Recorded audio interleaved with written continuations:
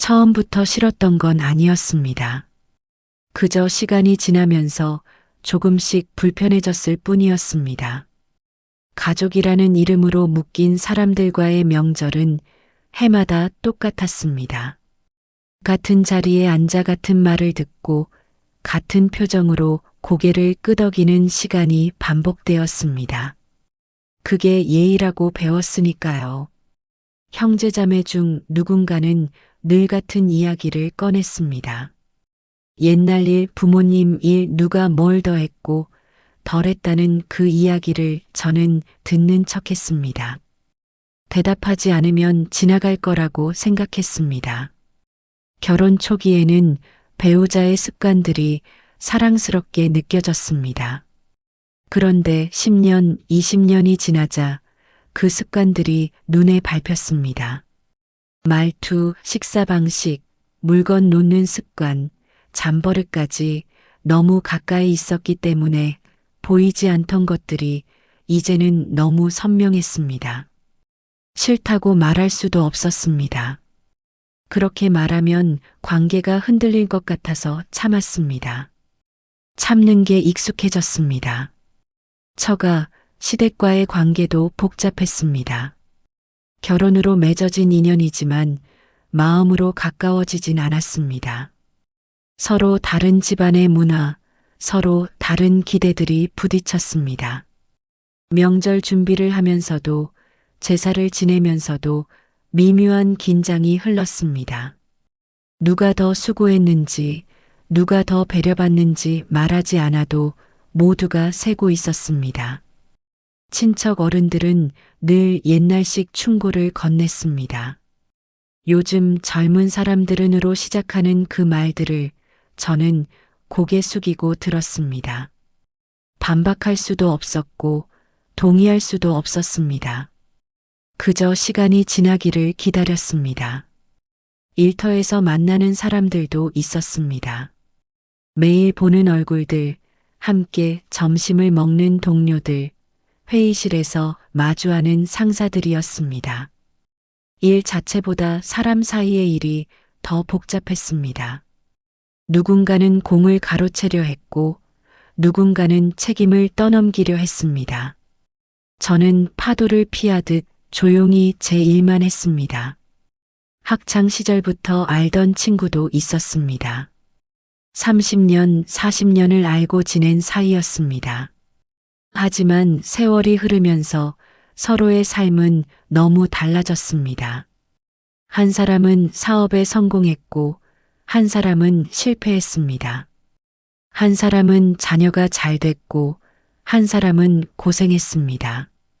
만나면 그 차이가 공기처럼 느껴졌습니다. 말로 하지 않아도 서로 알고 있었습니다.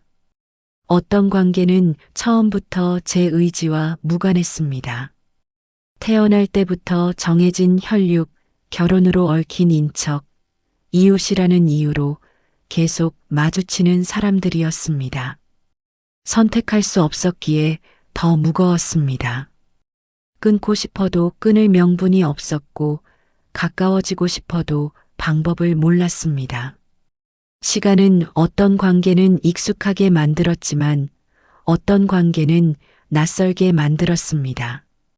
가족인데도 타인처럼 느껴질 때가 있었고 오래 알았는데도 모르는 사람 같을 때가 있었습니다. 가까이 있어도 먼 사람, 멀리 있어도 신경 쓰이는 사람들 속에서 저는 균형을 잡으려 애썼습니다. 불편함은 한순간에 오지 않았습니다. 천천히 아주 조금씩 쌓였습니다. 무심코 던진 말 한마디, 특별한 날 오지 않은 전화 한 통, 힘들 때 나타나지 않은 빈자리 하나가 마음 어딘가에 자리 잡았습니다. 저는 그걸 대수롭지 않게 여겼습니다. 살다 보면 그럴 수 있다고, 다들 바쁘니까 어쩔 수 없다고 스스로를 설득했습니다. 하지만 마음 깊은 곳에선 알고 있었습니다. 이 작은 불편함들은 사라지지 않는다는 것을요. 쌓이고 쌓여서 언젠가 무게가 될 거라는 것을요. 피할 수 없는 인연들은 계속 제 곁에 머물 것이고 그 안에서 저는 어떤 식으로든 함께 살아가야 한다는 것을 말입니다. 말다툼은 많지 않았습니다. 오히려 말이 없어졌습니다. 배우자와 마주 앉아 식사를 해도 대화는 짧았습니다. 밥 먹어. 응. 그게 전부였습니다.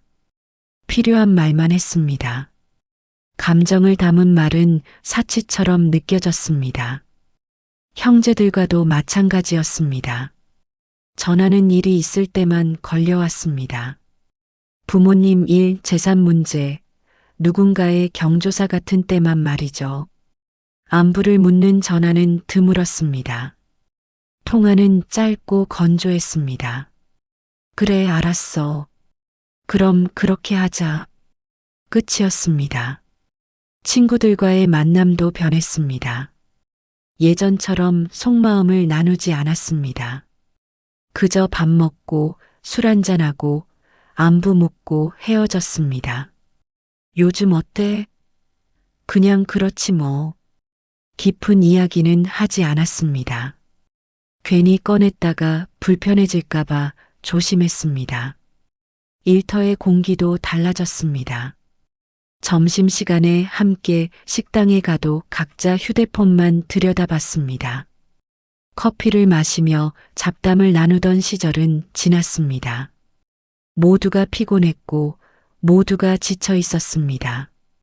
억지로 대화를 이어가는 것보다 침묵이 편했습니다. 집 안 풍경도 바뀌었습니다. 거실에 함께 앉아 있어도 각자의 세계에 잠겨 있었습니다. 텔레비전 소리만 공간을 채웠습니다. 무슨 말을 해야 할지 몰랐고 굳이 말을 꺼낼 필요도 느껴지지 않았습니다. 오랜 세월 함께 살았지만 이제 더 이상 할 말이 없었습니다. 부모님과의 대화도 줄어들었습니다. 주말에 찾아가도 잘 지내냐, 밥은 먹었냐 같은 말만 주고받았습니다. 진짜 하고 싶은 말, 마음속 깊은 이야기는 꺼내지 못했습니다. 나이 든 부모님께 걱정을 끼치고 싶지 않았고 부모님도 자식에게 부담 주기 싫어하셨습니다. 그렇게 서로 배려한다는 이유로 진심은 감춰졌습니다. 자녀와의 대화도 어려웠습니다. 아이가 어릴 때는 말이 많았습니다. 학교에서 있었던 일, 친구 이야기, 꿈 이야기를 쏟아냈습니다. 하지만 크면서 말수가 줄었습니다. 방문을 닫고 이어폰을 끼고 자기만의 세계로 들어갔습니다. 저도 어떻게 다가가야 할지 몰랐습니다. 세대 차이라는 말로 거리를 정당화했습니다. 모임에서도 침묵은 흘렀습니다. 동창회에 나가도 친목회에 참석해도 대화는 피상적이었습니다. 날씨 이야기, 건강 이야기, 정치 이야기를 겉핥기식으로 나눴습니다. 진짜 중요한 이야기, 마음 깊은 곳의 외로움이나 두려움은 꺼내지 않았습니다. 누구도 먼저 속내를 드러내려 하지 않았습니다. 다툼이 없으니 평화로워 보였습니다. 하지만 그건 평화가 아니었습니다. 그저 아무도 건드리지 않는 침묵일 뿐이었습니다. 서로를 건드리지 않기 위해 거리를 두는 것이 우리가 만든 관계의 형태였습니다. 어느 순간부터 눈을 마주치지 않게 되었습니다. 배우자의 얼굴을 똑바로 보지 않았고, 형제의 표정을 살피지 않았고, 친구의 말을 귀 기울여 듣지 않았습니다. 그냥 흘려들었습니다. 진심을 나누는 대신 형식만 지켰습니다. 마음을 닫는 건 의식적이지 않았습니다. 자연스럽게 굳어졌습니다. 처음엔 조금 불편했지만 익숙해지면 편했습니다. 감정을 드러내지 않으니 상처받을 일도 없었고 기대하지 않으니 실망할 일도 없었습니다. 그렇게 관계는 껍데기만 남았습니다. 형식은 유지되었지만 내용은 비어 있었습니다. 가족이라는 이름, 친구라는 이름, 부부라는 이름만 있고 실체는 흐릿했습니다. 함께 있어도 외로웠고 말을 해도 통하지 않았습니다. 저는 그게 자연스러운 과정이라고 생각했습니다. 세월이 지나면 관계도 무뎌지는 거라고 모든 사람이 그렇게 산다고 믿었습니다.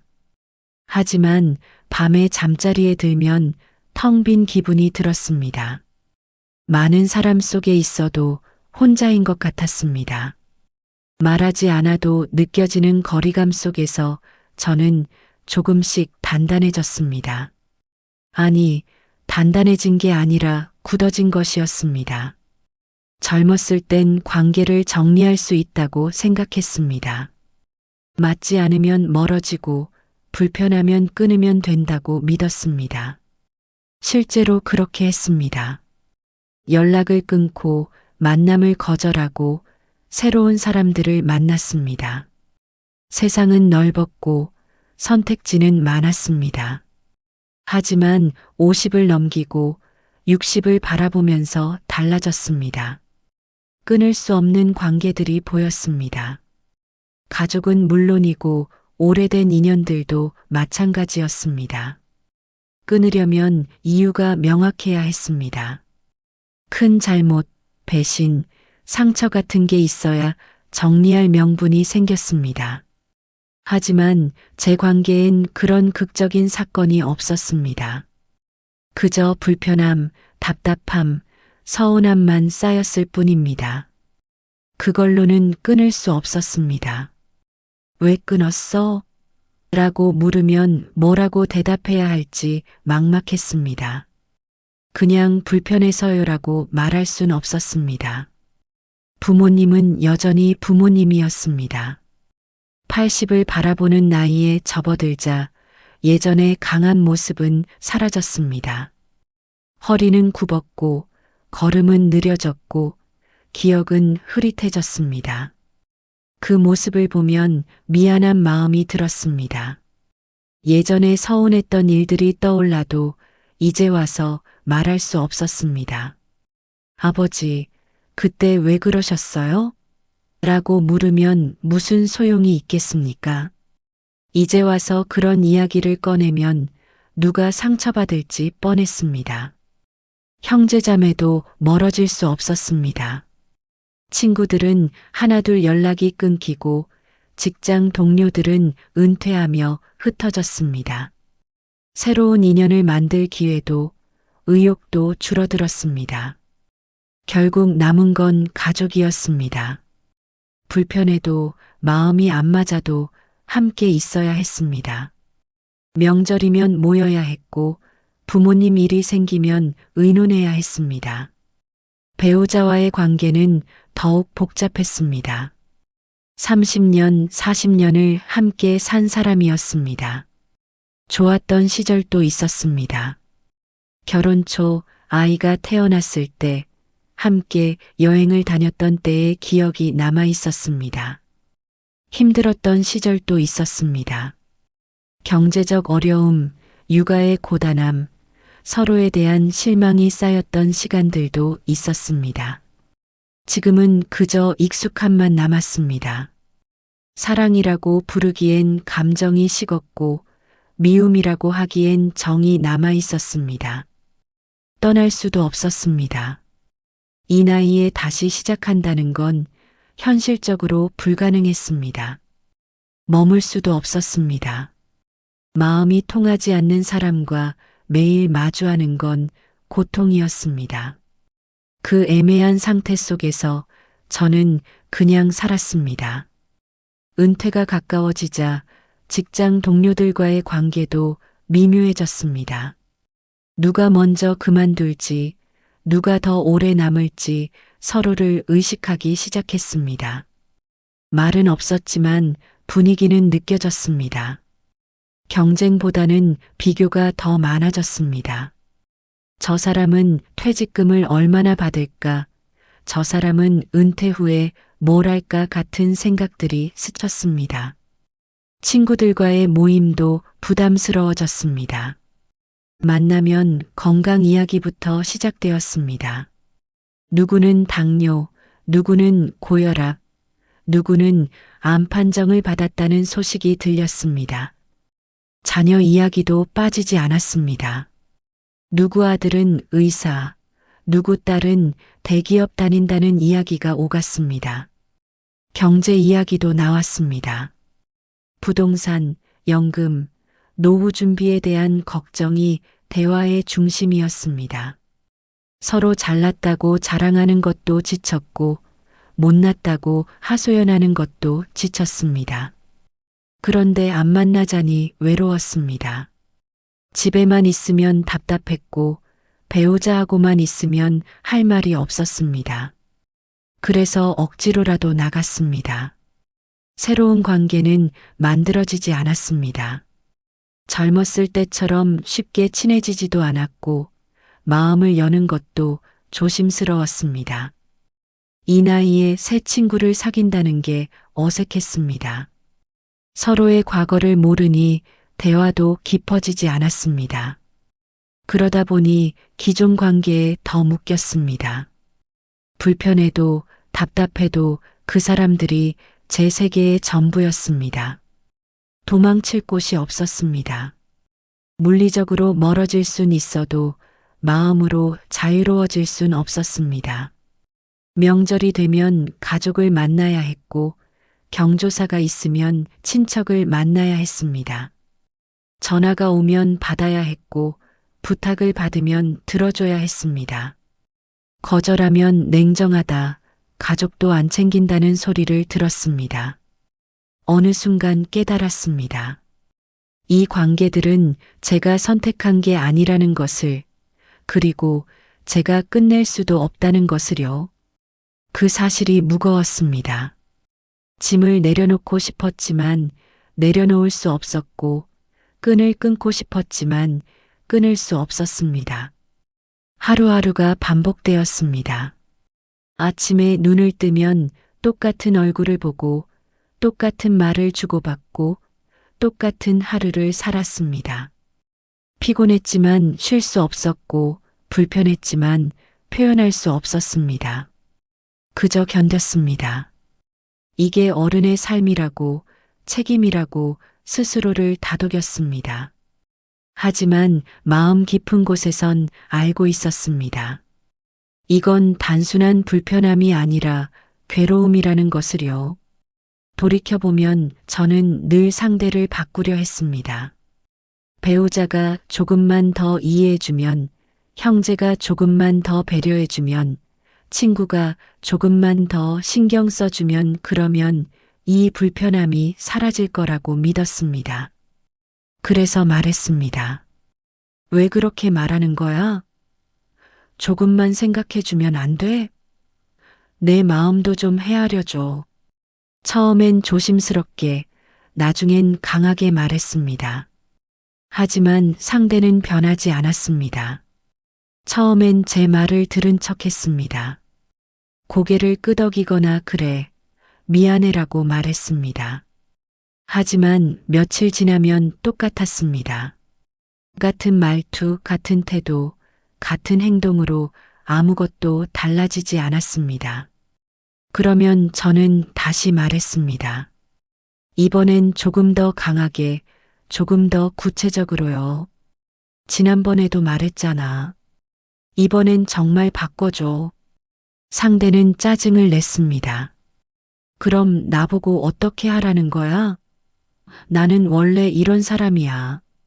형제와는 다르게 접근했습니다. 직접 말하는 대신 다른 가족을 통해 전달했습니다.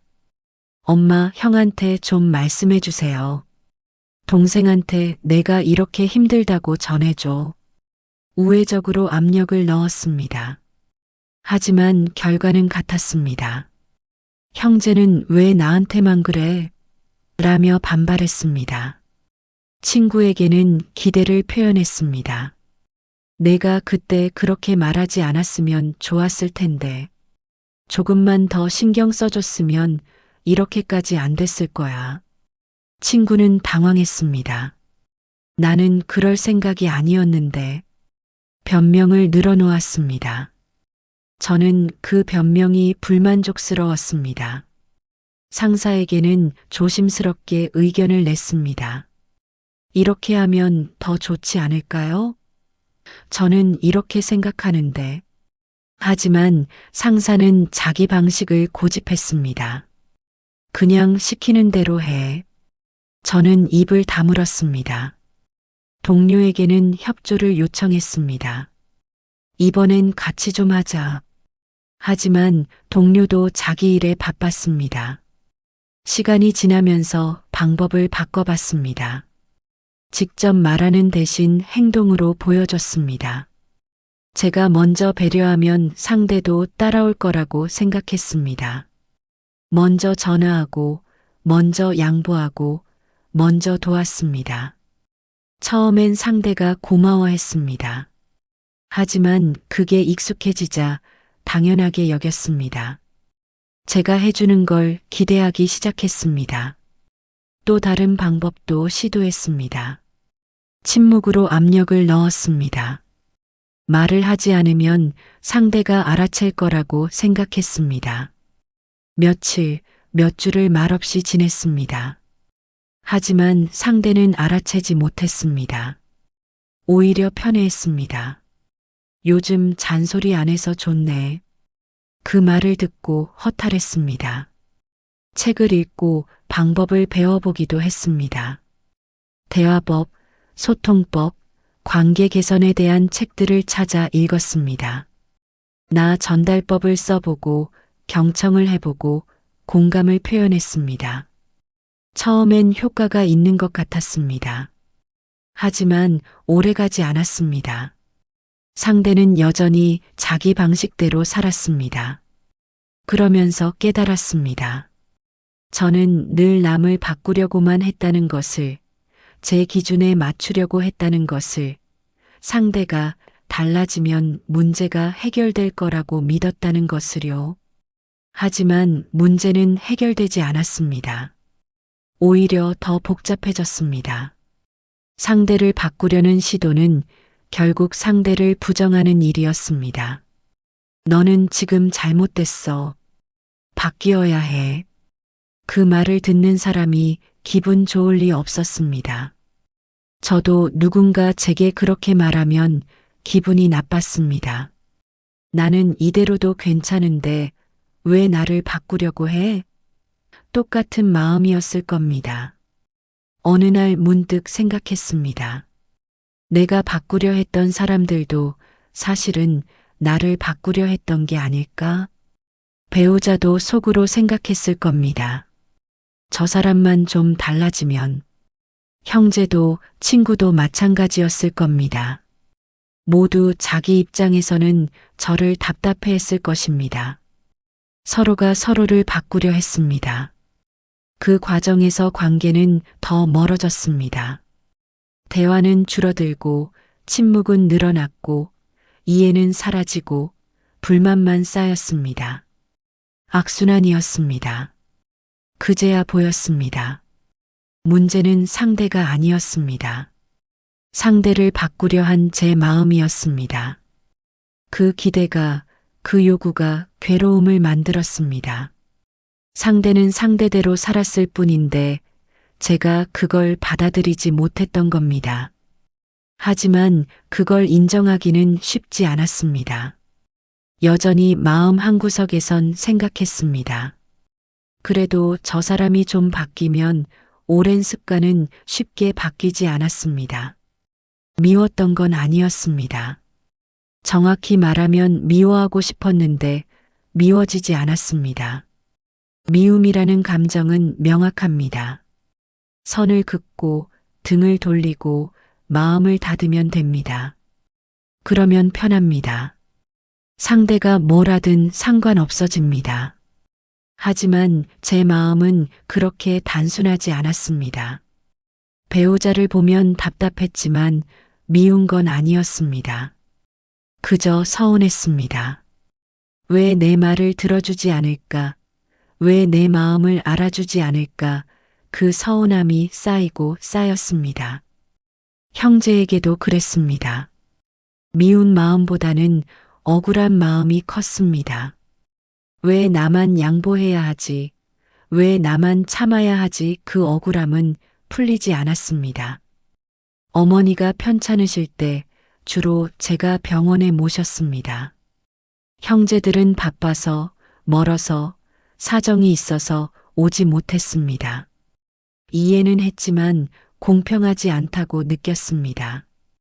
친구들에게는 섭섭함이 남았습니다. 제가 힘들었던 시기가 있었습니다. 사업이 어려웠고 건강도 안 좋았습니다. 그때 곁에 있어준 친구는 많지 않았습니다. 다들 자기 일로 바빴습니다. 나중에 연락이 왔을 때 이미 마음은 식어 있었습니다. 중요한 순간에 옆에 없었던 것, 힘들 때 연락하지 않았던 것, 그런 작은 일들이 마음에 걸렸습니다. 미워할 만큼 큰 잘못은 아니었습니다. 하지만 잊히지도 않았습니다. 시간이 지나도 그 감정들은 사라지지 않았습니다. 오히려 더 선명해졌습니다. 서운함, 억울함, 섭섭함이 마음속에 자리 잡았습니다. 가끔 오래전 일이 떠올랐습니다. 10년 전, 20년 전의 일인데도 기억이 생생했습니다. 그때 상대가 했던 말, 표정, 태도가 눈에 선했습니다. 어느 순간 깨달았습니다. 제가 원했던 건 사실 간단한 거였습니다. 이해받고 싶었습니다. 인정받고 싶었습니다. 내 마음 알아. 내가 힘들었겠다. 그 한마디면 충분했습니다. 하지만 그 말을 들을 수 없었습니다. 배우자는 자기 방식대로 살았습니다. 내가 뭘 잘못했어? 라고 물었습니다. 제 서운함을 이해하지 못했습니다. 형제는 각자의 삶에 바빴습니다. 나도 힘들어라고 말했습니다. 제 억울함을 알려고 하지 않았습니다. 친구는 저만큼 저를 중요하게 생각하지 않았습니다.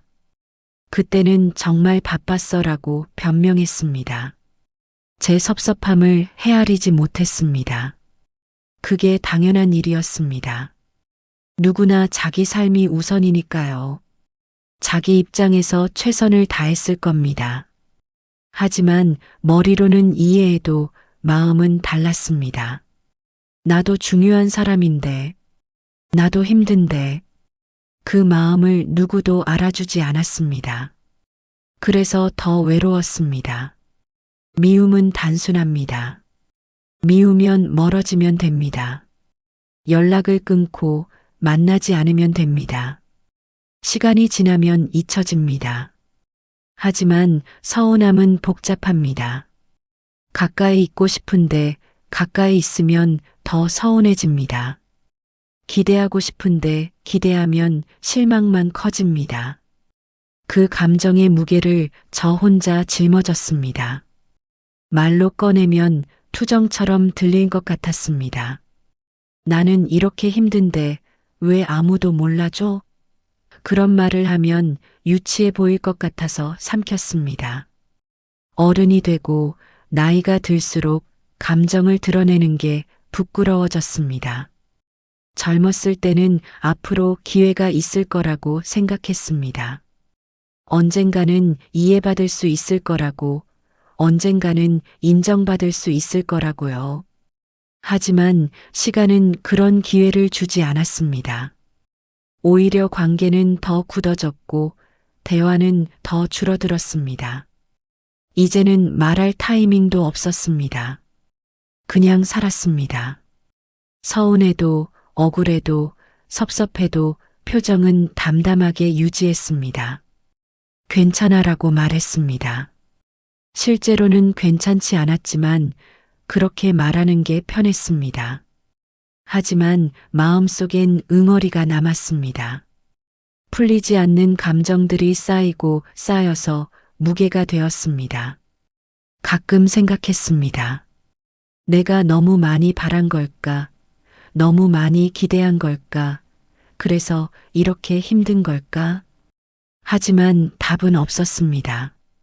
그저 알게 되었습니다. 미움보다 오래 남는 감정이 있다는 것을, 그건 이해받지 못한 마음이라는 것을, 그리고 그 마음이 결국 저를 괴롭게 만들었다는 것을요. 오랫동안 저는 생각했습니다. 문제는 상대에게 있다고, 저 사람이 달라지면, 저 상황이 바뀌면 괴로움이 사라질 거라고요. 몇십 년을 그렇게 믿고 살았습니다. 하지만 달라지는 건 없었습니다. 상대는 그대로였고 상황도 그대로였습니다. 변한 건 오직 시간뿐이었습니다. 그러다 어느 날 문득 깨달았습니다. 괴로움은 밖에 있는 게 아니었습니다. 제 안에 있었습니다. 배우자의 말투가 불편했던 건 사실이었습니다. 퉁명스럽고 무뚝뚝하고 때로는 날카로웠습니다. 하지만 그 말투가 괴로움을 만든 건 아니었습니다. 저 말투는 나를 무시하는 거야.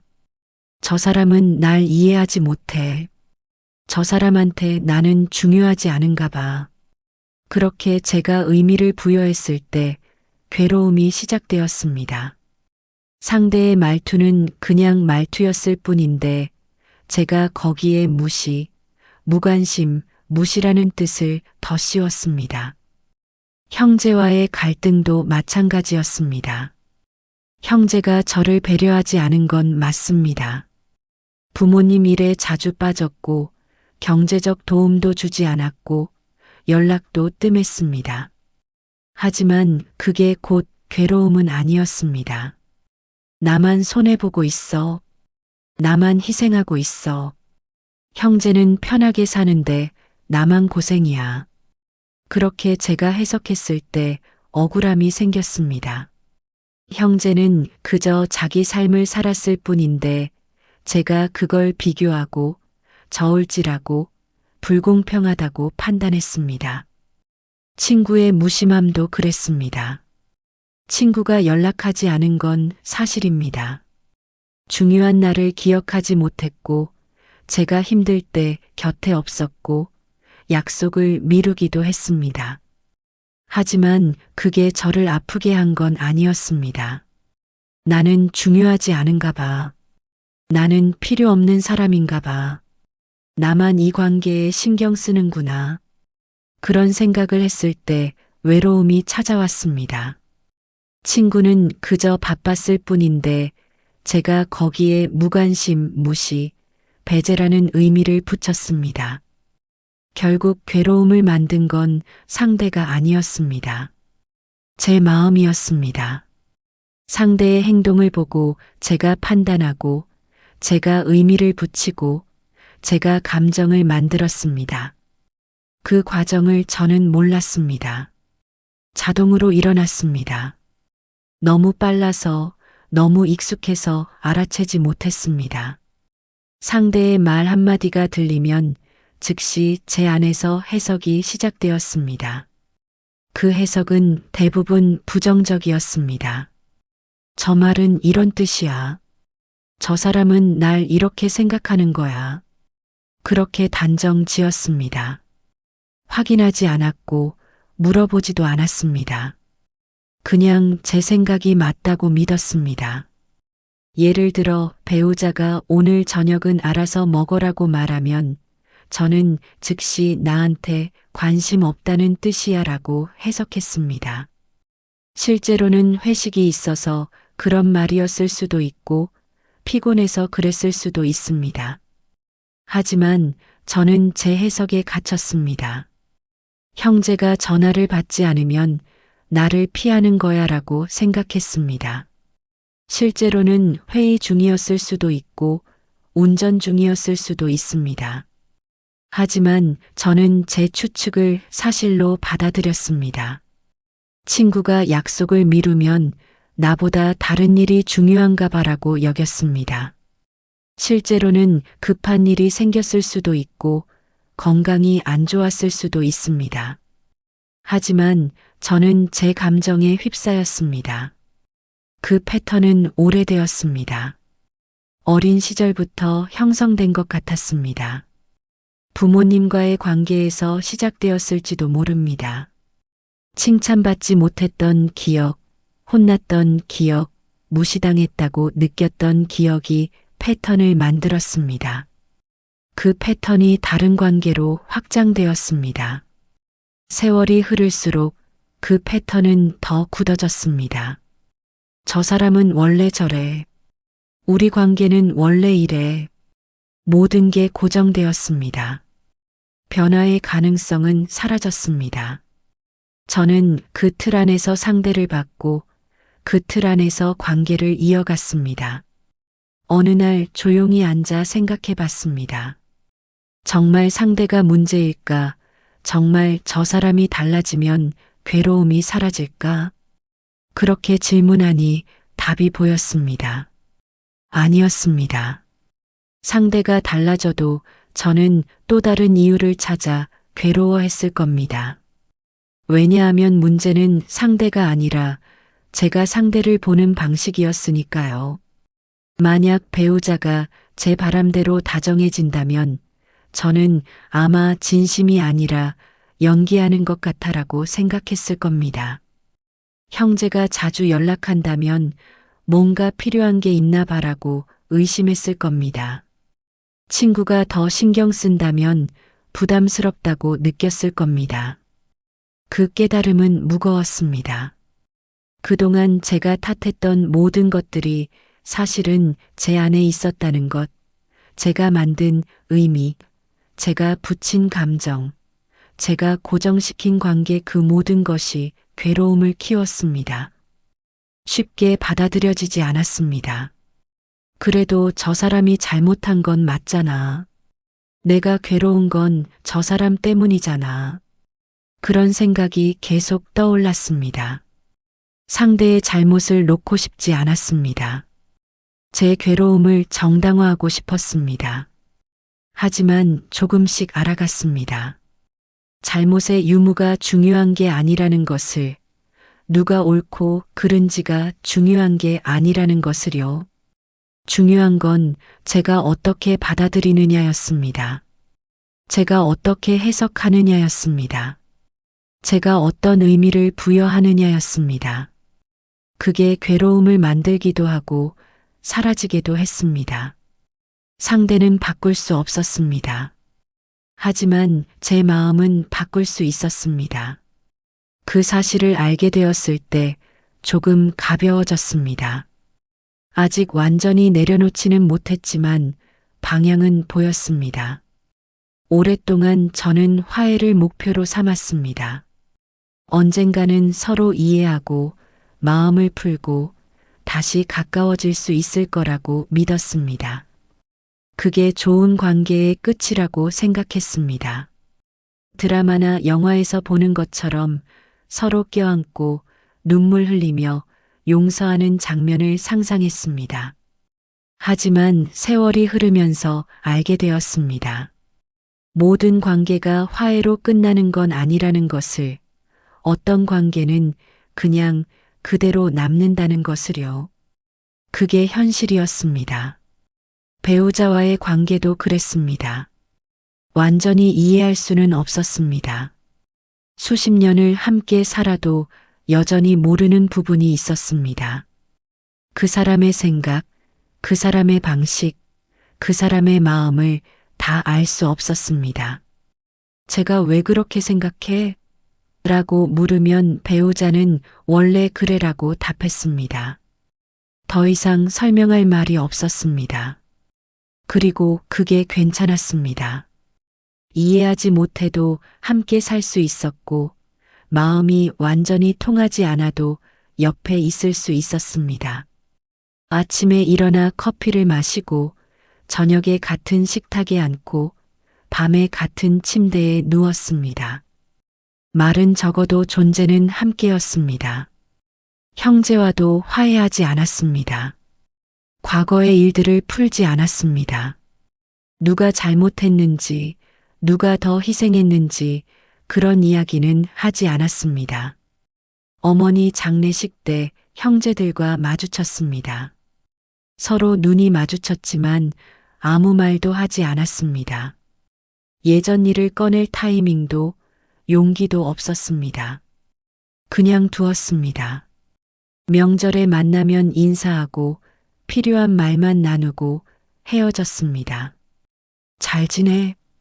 응, 너도. 그 정도였습니다. 예전처럼 친하지는 않았지만 그렇다고 나쁘지도 않았습니다. 그저 형제였습니다. 피로 연결된 관계, 그 이상도 이하도 아니었습니다. 친구들과도 마찬가지였습니다. 섭섭했던 일들을 꺼내지 않았습니다. 그때 왜 그랬어? 라고 묻지 않았습니다. 그냥 지금의 관계를 받아들였습니다. 1년에 한두 번 연락하고 가끔 만나서 밥 먹고 그 정도면 충분했습니다. 과거를 청산하지 않아도 현재를 이어갈 수 있었습니다. 화해를 포기한 건 아니었습니다. 다만 화해가 필수가 아니라는 걸 알게 된 것이었습니다. 모든 관계가 친밀해야 하는 건 아니었고 모든 사람과 마음을 나눠야 하는 것도 아니었습니다. 적당한 거리가 오히려 편할 때도 있었습니다. 너무 가까우면 부딪혔습니다. 기대가 커지고 실망도 커졌습니다. 이 정도는 해줄 줄 알았는데 라는 생각이 관계를 망쳤습니다. 하지만 적당히 멀어지니 편했습니다. 상대의 행동에 일일이 반응하지 않아도 되었고 제 감정에 휘둘리지 않아도 되었습니다. 놓아준다는 건 관계를 끊는 게 아니었습니다. 상대를 미워하거나 등을 돌리는 것도 아니었습니다. 그저 제 마음을 내려놓는 것이었습니다. 이 사람은 이런 사람이야. 이 관계는 이런 관계야. 그렇게 받아들이는 것이었습니다. 바꾸려 하지 않는 것, 기대하지 않는 것, 요구하지 않는 것이 놓아줌이었습니다. 배우자가 무뚝뚝해도 저 사람은 원래 저래라고 생각했습니다. 형제가 연락 없어도 바쁜가 보다라고 여겼습니다. 친구가 약속을 못 지켜도 사정이 있겠지라고 넘겼습니다. 처음엔 체념처럼 느껴졌습니다. 어차피 안 되니까 그냥 포기하는 거 아니야? 그런 생각이 들었습니다. 하지만 아니었습니다. 체념은 무기력했지만 놓아줌은 평온했습니다. 체념은 마음이 무거웠지만 놓아줌은 가벼웠습니다.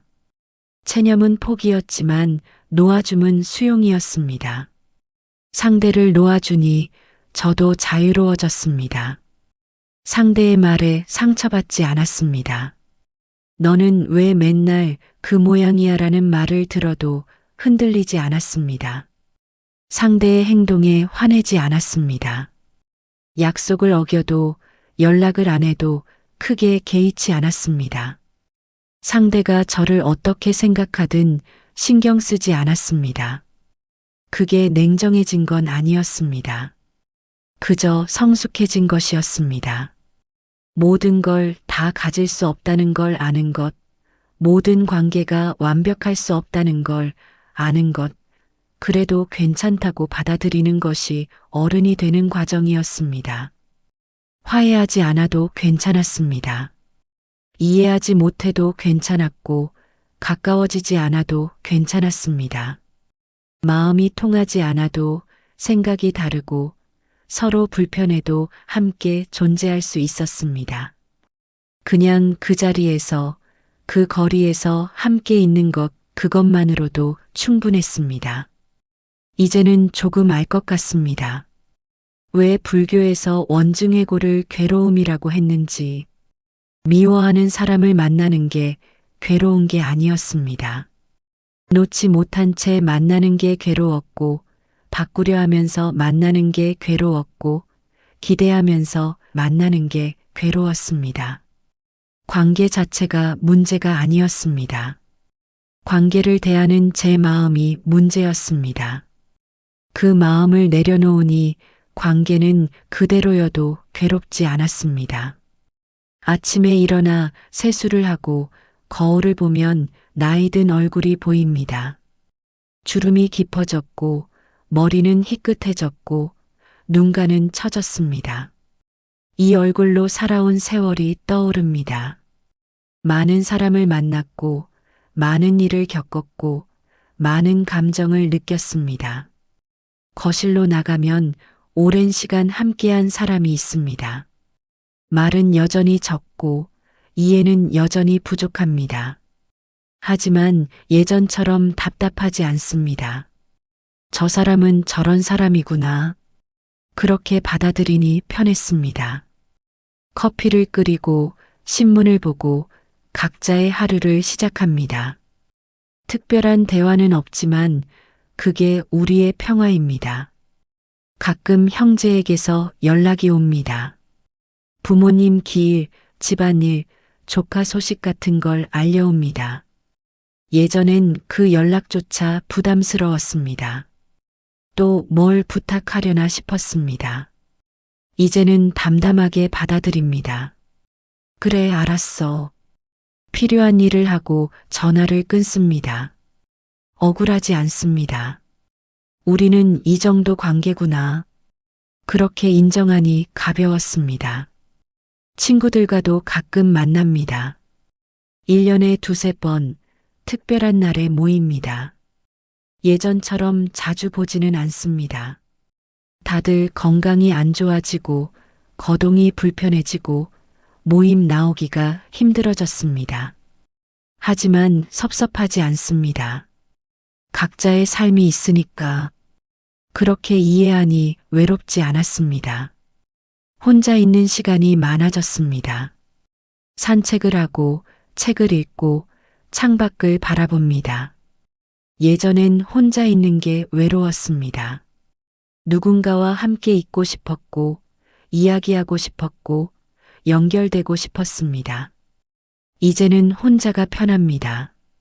아무에게도 신경 쓰지 않아도 되고 아무것도 설명하지 않아도 되고 그냥 제 속도로 살 수 있습니다. 관계는 정리되었습니다. 끊어진 게 아니라 정리된 것입니다. 필요 없는 기대를 내려놓고 불필요한 요구를 거두어드리고 쓸데없는 집착을 놓아주었습니다. 그러자 남은 건 담담함이었습니다. 사랑도 아니고 미움도 아니고 그냥 있는 그대로의 관계였습니다. 가족은 가족이고 친구는 친구이고 그게 전부였습니다. 더 이상 거기에 의미를 덧붙이지 않았습니다. 그게 편했습니다. 이제는 사람을 만나도 괴롭지 않습니다. 누군가와 함께 있어도 무겁지 않습니다. 상대가 달라지길 바라지 않으니 실망도 없고 제가 달라 보이길 바라지 않으니 억울함도 없습니다. 그저 있는 그대로 함께 있습니다. 원중의 고는 사라지지 않았습니다. 여전히 불편한 사람은 있고 피하고 싶은 자리도 있습니다. 하지만 괴롭지는 않습니다. 괴로움은 상황이 만드는 게 아니라 마음이 만드는 것임을 알았으니까요. 지나온 시간을 돌아보면 참 많은 사람을 만났습니다. 좋은 사람도 있었고 불편한 사람도 있었습니다. 가까웠던 사람도 있었고 멀어진 사람도 있었습니다. 지금은 연락이 끊긴 사람도 많습니다. 어디서 무엇을 하는지 모릅니다. 하지만 그 모든 사람이 제 삶의 일부였습니다. 그들을 통해 배웠습니다. 기쁨도 배웠고 슬픔도 배웠고 괴로움도 배웠습니다. 괴로웠던 관계도 결국은 배움이었습니다. 미워했던 사람도 결국은 거울이었습니다. 그들을 통해 제 마음을 받고 제 집착을 받고 제 괴로움을 받습니다. 그리고 조금씩 내려놓는 법을 배웠습니다. 이제는 압니다. 모든 인연은 그 자리에 있을 이유가 있다는 것을 좋든 나쁘든 편하든 불편하든 그 인연은 제게 필요했던 것입니다. 그걸 배우는데 오랜 시간이 걸렸습니다. 젊었을 때는 몰랐습니다. 나이가 들어서야 보였습니다. 하지만 후회는 없습니다. 그 시간이 있었기에 지금의 저도 있으니까요. 지금 이 순간 저는 가볍습니다.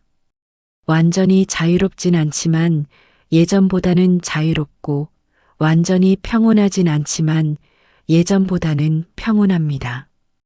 그것만으로도 충분합니다. 더 바라지 않습니다. 더 원하지 않습니다.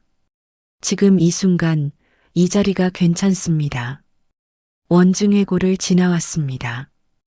그리고 지나가고 있습니다. 앞으로도 지나갈 것입니다. 괴로움은 끝나지 않습니다. 살아있는 한 인연은 계속 이어지고 불편한 만남도 있을 것입니다. 하지만 괴로움을 대하는 마음은 달라질 수 있습니다. 그게 제가 이 긴 세월을 살아오며 배운 것입니다. 이제는 조용히 담담하게 살아갑니다. 크게 웃지도 크게 울지도 않습니다.